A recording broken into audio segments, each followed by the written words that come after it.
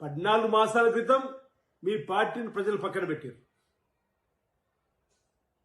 Parliament ఎన్నికల్లో మేము జీరోకే పరిమితి చేశారు. మళ్ళీ ఇప్పుడు పంచాయతీ ఎన్నికలు వస్తుందని చెప్పని ఏదో మా ప్రజలు మభ్యపెట్టే విధంగా మాటలు మాట్లాడితే ప్రజలు వింటరా కేసీఆర్ గారని అడుగుతా ఉన్నారు.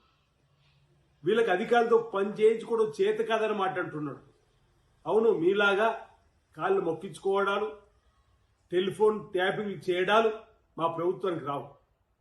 మా ముఖ్యమంత్రి రేవంత్ రెడ్డి గారు ఉప ముఖ్యమంత్రి మంత్రులతోటి ప్రతినిత్యం 18 గంటలు మీలాగా ఫామ్ హౌస్లు ఉంటలేదు, సెక్రటరీలోకి వచ్చి సంబంధిత అధికారులతో సమీక్షా సమావేశాలు పెట్టి ప్రజలకు అందేటువంటి సంక్షేమ ఫలాలు అందేటువంటి కార్యక్రమం చేస్తున్నారు.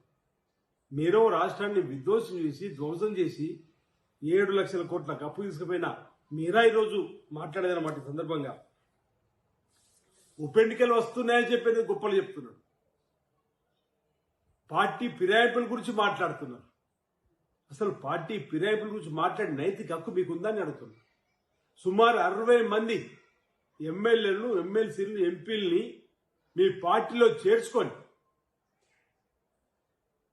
ప్రజాస్వామ్యాన్ని కూని చేసిన మీరు మళ్ళీ ఉప ఎన్నికలు వస్తాయి, మేము గెలుస్తామని చెప్పిన మాట. మీ 60 మంది ఎమ్మెల్యేలు చేర్చుకున్నప్పుడు రాని ఉప ఎన్నికలు ఇప్పుడు ఎలా వస్తాయి ఉప ఎన్నికలు చెప్పిన కనీసం ఆలోచన కూడా మీకు లేకపోవడం.